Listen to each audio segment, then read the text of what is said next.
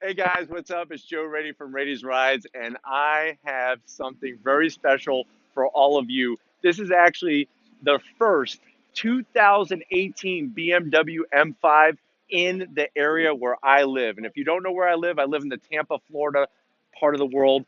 And I am very, very lucky and very grateful for one of my viewers, one of my subscribers, Cindy. This is her new ride, and this thing is just mind blowing. Now, if you don't know a lot about BMW, they've been around for a long time, way before many of you could even think, because before BMW started making cars, they actually were making airplane engines. And that's where the actual BMW symbol comes from, is that rotating blade of an old prop plane from that World War I era. Now, after World War I, Germany was in a lot of distress, a lot of destruction. They needed cheap transportation. What they did was BMW started making motorcycles. Eventually, they started making cars. And now in the 21st century, we have these unbelievable machines to not only look at, not only hear, but also to experience. Now, I'll be honest.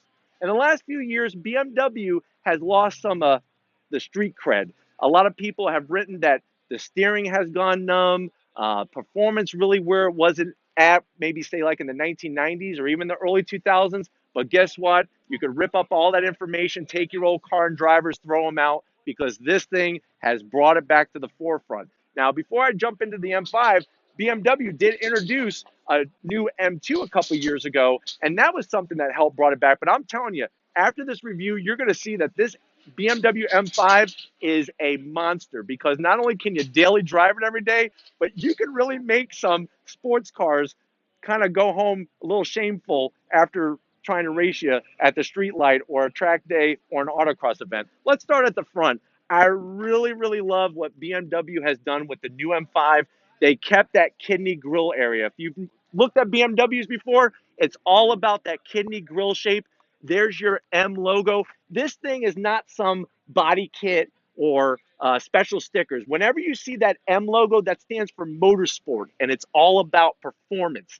Uh, in a few moments, I'm going to show you underneath the hood, but I just really like what they're doing with the front. I love the way that Cindy decided to go with the carbon fiber here to really give it that extra look, to give it that extra performance. This stuff is all functional. So anything you see on the front of this car is for bringing airflow into that huge V8. And when I say V8, we're not talking about some naturally aspirated V8. We're talking about a twin turbocharged 600 horsepower V8 that has about 550 foot-pounds of torque. This thing in the right hands could do 0 to 60 in 2.8 seconds.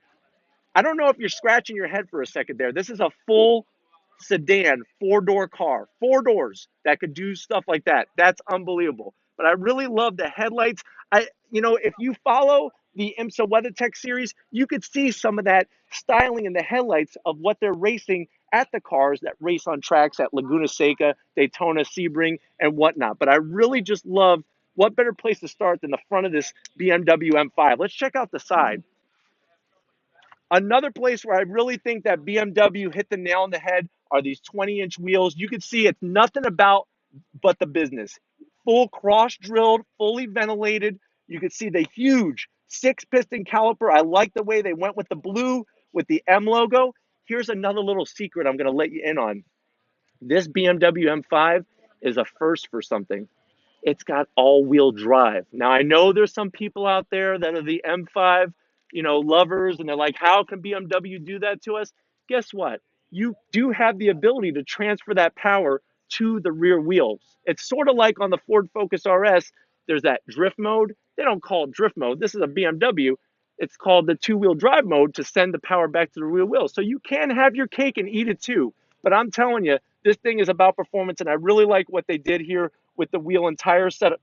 Here's another traditional BMW styling cue, that functional vent here and the BMW logo with the M5. I really, really like what they did. And, I'm not the biggest fan of white, but it works on this car. It really, really does. If Tom could show you, here's one of my favorite parts, full carbon fiber roof. Now, if you're wondering, why do we see more cars going the carbon fiber roof path? It's all about less weight.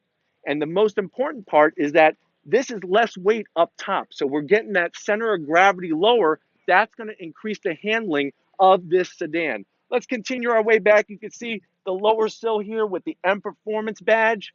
Very, very nice. And then out back, one of my favorite parts is I really, really like what they're doing with the rear of the new M5. I like this carbon fiber kick-up spoiler just enough to get it done. And I love this lower diffuser with the piano black styling. You got the beautiful quad exhaust tips here. And there it is again, that M5 logo. I don't know about you, seeing the outside of this car is awesome. Let's see underneath that hood, 600 horsepower twin turbo V8. Let's go check it out. All right, guys, there's underneath the hood of this beast. Like I said, that is a twin turbocharged V8 putting out 600 horsepower, 550 foot-pounds of torque. You know, you could really see how BMW goes that extra mile when it comes to the finishes underneath the hood. This is something that some people will probably never see underneath their own hood. They'll take it to the dealership and that'll be that. But you can see I really like the paneling they use, the carbon fiber. There's that M logo, which is standing for all those years of motorsports and performance.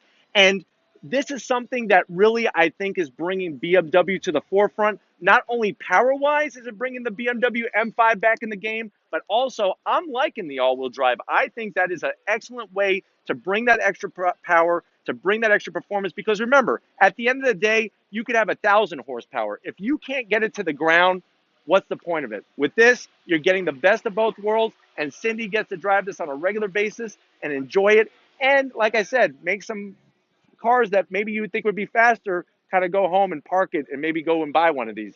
Uh, it's one thing to see this engine. Let's hear what it sounds like.